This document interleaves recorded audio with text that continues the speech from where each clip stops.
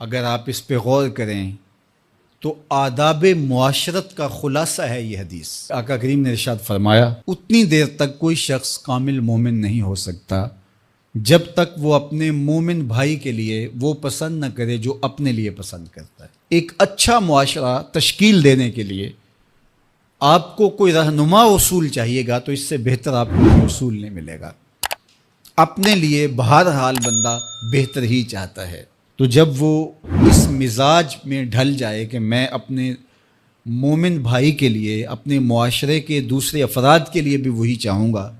تو پھر مجھے بتاؤ کہ معاشرے کے اندر پھیلتی ہوئی روحانی بیماریاں، حسد، حقد، بغض، کینہ، نفرت، ایک دوسرے کو نیچا دکھانا، تکبر، رعونت، غرور، یہ ساری چیزیں یہ کہیں آپ کو نظر بھی نہیں آئیں۔ صرف اسی حدیث کو اپنا امام بنا لیا جائے اور اپنا منشور حیات مان لیا جائے۔ محمد بن حنفیہ رضی اللہ تعالیٰ عنہ حضرت علی المرتضیٰ رضی اللہ تعالیٰ عنہ کے فرزند ہیں، لیکن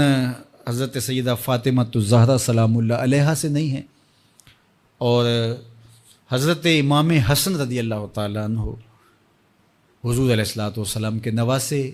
تو بھائی آپس میں، تو دونوں میں کسی معاملے میں شکر رنجی ہو جاتی ہے۔ شکر رنجی، جس رنج میں مٹھاس ہو، شکر ہو، میٹھی ناراضگی، کوئی بغض حسد پہ مشتمل ناراضگی نہیں۔ تو حضرت محمد بن حنفیہ ایک دن بیٹھے تو سوچا کہ وہ میرے عمر میں بھی بڑے بھائی ہیں، اور پھر دوسری بات یہ ہے کہ وہ رسول خدا کی بیٹی کے بیٹے ہیں، ان کا یہ اعزاز ہے، بہرحال مجھے تو یہ اعزاز نہیں ہے، پھر جوانان جنت کے سردار بھی ہیں، تو میں ان سے ناراض ہوں، وہ میرے سے ناراض ہیں، تو بات بھی کوئی اتنی خاص نہیں، تو اب دن بھی 3 گزر رہے ہیں، چلو میں ان کو راضی کر لیتا ہوں۔ تو گھر سے نکلے ان کو راضی کرنے کے لیے، تو واپس آ گئے راستے سے، کاغذ لیا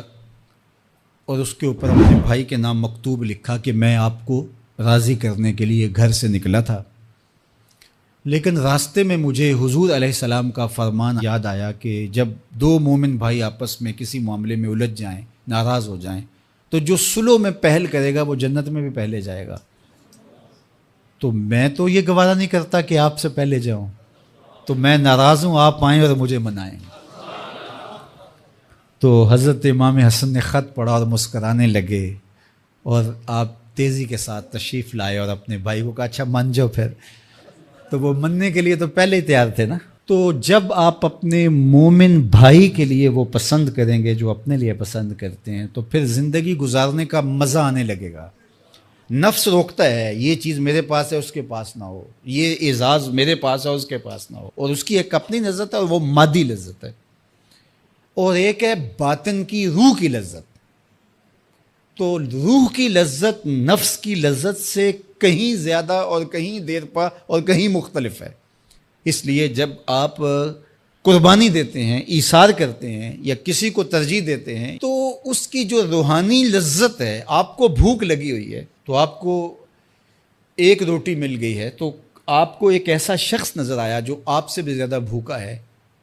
اور آپ کسی نمائش کے لیے نہیں، محض اللہ کی رضا کے لیے اس کو روٹی دے کر کے دیکھیں، خود بھوک کاٹ کے دیکھیں، وہ مرغن کھانوں میں سرور نہیں آئے گا جو اس بھوک میں لطف آپ کو آئے گا۔ تو حضور علیہ السلام کا یہ فرمان اپنے عمل کا حصہ بنا لیں، اور اپنے بھائیوں سے، جو خونی رشتے سے جڑے ہوئے بھائی ہیں، وہاں سے شروع ہو کر کے پورے معاشرے کے اندر اس کا عملی نفاذ کریں۔ آپ کو اتنا سرور آئے گا اور باطن میں اتنا نور آئے گا، اور اس قدر معاشرے میں خوبصورتی کی بنیاد پڑے گی۔ اور اگر ہم آج اس حدیث کو اپنے لیے خضر راہ بنا لیں تو یہ اس پہ عمل کرنا کوئی مشکل نہیں ہے۔ یہ آپ ابھی سے جب اٹھیں گے تو اپنے ساتھ والے کو ترجیح دے دیں گے کہ پہلے یہ گزر جائے، تو ابھی سے شروع ہو جائے گا یہ کام۔ تو یہ آپ گھر میں اپنے بچوں کے ساتھ، اپنی بیوی کے ساتھ، روزمرہ کی زندگی میں جہاں ملازمت کر رہے ہیں، کاروبار کر رہے ہیں، جن دوستوں کے ساتھ کھیل رہے ہیں حتیٰ کہ، تو یہ وہ چیز ہے کہ اس کا آغاز عمل سے پہلے سوچوں سے شروع ہو جاتا ہے۔ کہ آپ کسی کے لیے اچھا سوچنا شروع کر دیں. جو اپنے لیے سوچتے ہیں وہ اپنے بھائی کے لیے بھی سوچیں. ہمارے بزرگ فرمایا کرتے تھے کہ کسی کے ساتھ دوستی کا ایک حق یہ بھی ہے کہ اس کی آخرت کے لیے سوچا جائے